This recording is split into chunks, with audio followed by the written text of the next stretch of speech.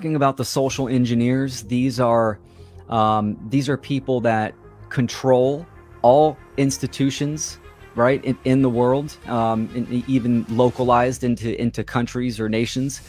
Voting does not matter whatsoever. Voting is a dialectic. This is a dialectic to give the people the illusion of choice, meaning you can vote.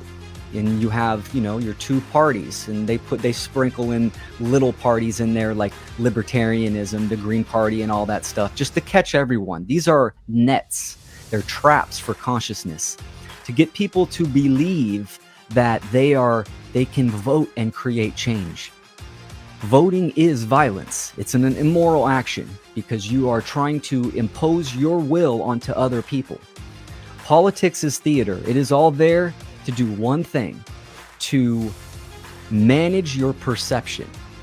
People that think that, their political parties or government actually is in control and creating change is what they want you to believe, because then you think that that change comes out of those systems. Illusion of choice.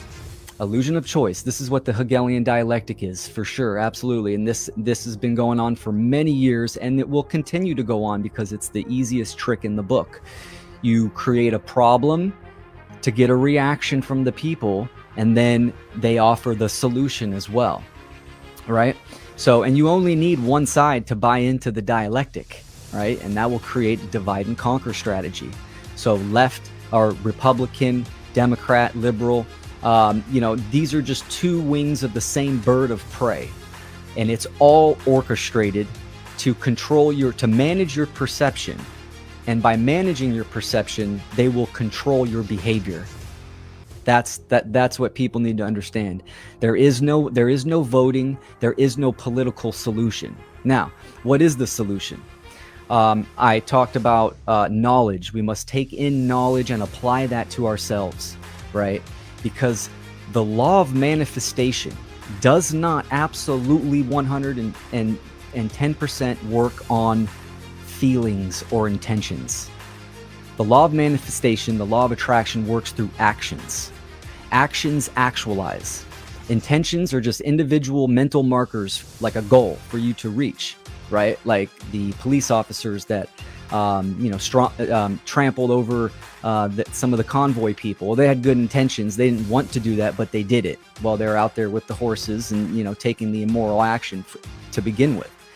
My point being is that we need to understand this foundational knowledge of objective morality, that morality is objective, that every human being has the same rights, and no one is superior in their rights, and the causal factor is harm, and we are being violated against through taxation, coercion, duress, right? This is what people need to understand, is that when I say a term like humanity is enslaved, what does that word mean to most people when they hear slavery?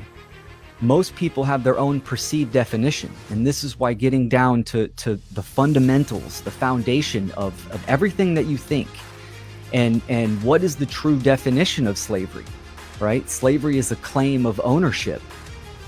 It is not, but most people go to a certain time period, Civil War era and stuff like that, and that's what they think slavery is, when in reality, slavery has many different gradients, and slavery is slavery. There's not 1% slavery, and there's not 50% slavery. There just is slavery, because it's violence. It's violation of natural rights. So what we're experiencing right now is what you would say, is somewhat covert. It's been covert for many years, but it's quickly moving into overt slavery. Overt slavery, at least it's obvious, whips and chains, and we can see it right in front of us. Covert slavery, it flies under the radar, and you need to use logic and reason and kind of put the patterns together. So the ultimate solution is first having a correct perception of the truth of what's really going on in the world, right?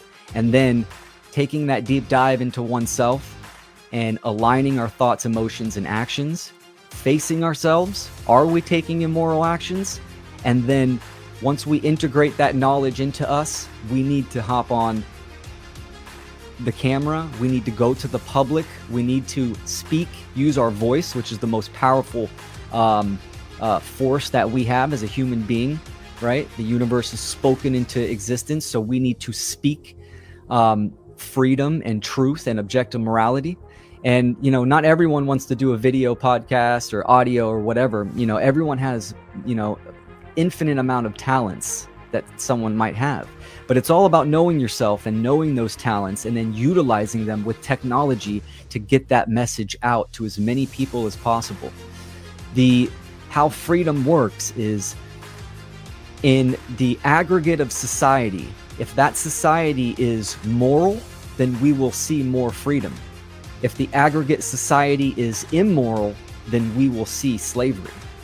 And right now, the majority of people are immoral by their actions, by incorrect thought, and by their actions. This is why we are seeing suffering, and we will continue to see suffering in the world.